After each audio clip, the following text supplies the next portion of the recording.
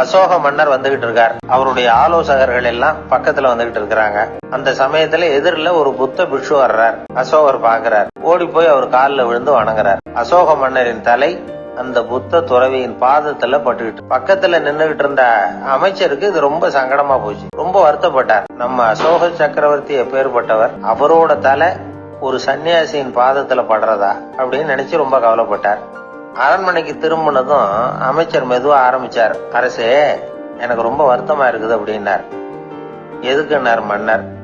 அசோக சக்கரவர்த்தியின் தலை, அதாவது அந்த சிரம் ரொம்ப மதிப்புமிக்க ஒன்று, அது ஒரு சன்னியாசியின் காலில் படலாமா அப்படின்னார். அசோகர் பதில் சொல்லல, சிரிச்சார், போயிட்டார். அதுக்கப்புறம் ஒரு சரியான சந்தர்ப்பத்துக்காக காத்துக்கிட்டு இருந்தார். ஒரு நாள் அமைச்சரை கூப்பிட்டார். எனக்கு 3 தலைகள் வேணும் அப்படின்னார். சொல்லுங்க, கொண்டுகிட்டு வரேன் அப்படின்னார் அமைச்சர். அசோகர் சொன்னார், முதல்ல எனக்கு தேவையானது ஒரு ஆட்டின் தலை, 2வது ஒரு புலியின் தலை, 3வது ஒரு மனிதனின் தலை. இதுதான் அசோகர் கேட்டது. எங்க இருந்தாலும் கொண்டு வாங்கன்னார். அமைச்சர் புறப்பட்டார். ஆட்டுத்தலை புலித்தலை கிடைச்சிட்டுது. அப்புறமா ஒரு சுடுகாட்டுக்கு போய் ஒரு மனித தலையும் சேகரம் பண்ணிட்டு ராஜா கிட்ட வந்துட்டார். அரசே, உங்கள் ஆணைப்படி 3 தலைகளையும் கொண்டு வந்திருக்கிறேன்னார். அசோகர் பார்த்தார்.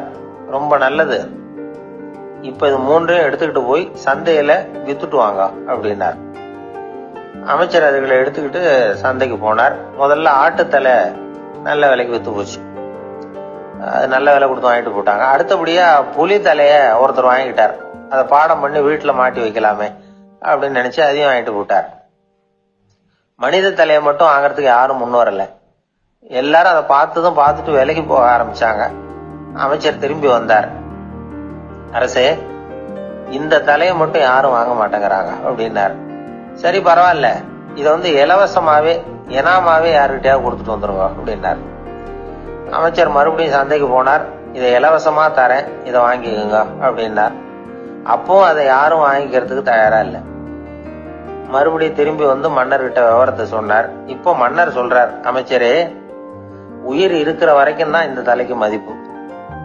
ஜீவன் போனதுக்கு அப்புறம் அதோட மதிப்பும் போயிடுது. அதனால மதிப்பு இருக்கும் பொழுதே பெரியவர்கள் பாதம் பணிந்து அந்த புனிதத்தை பெற்றுக்கொள்ளணும் அப்படின்னார். பணிவுங்கிறது வேற, அடிமைத்தனம்ங்கிறது வேற. பெரியவர்களை பணிவது நமக்கு பெருமை தரக்கூடிய விஷயம். இதை மனசுல வச்சுக்கிட்டு எப்போ காலில் விழணும், எப்போ காலில் விழக்கூடாது அப்படிங்கறத முடிவு பண்ணிக்கணும்.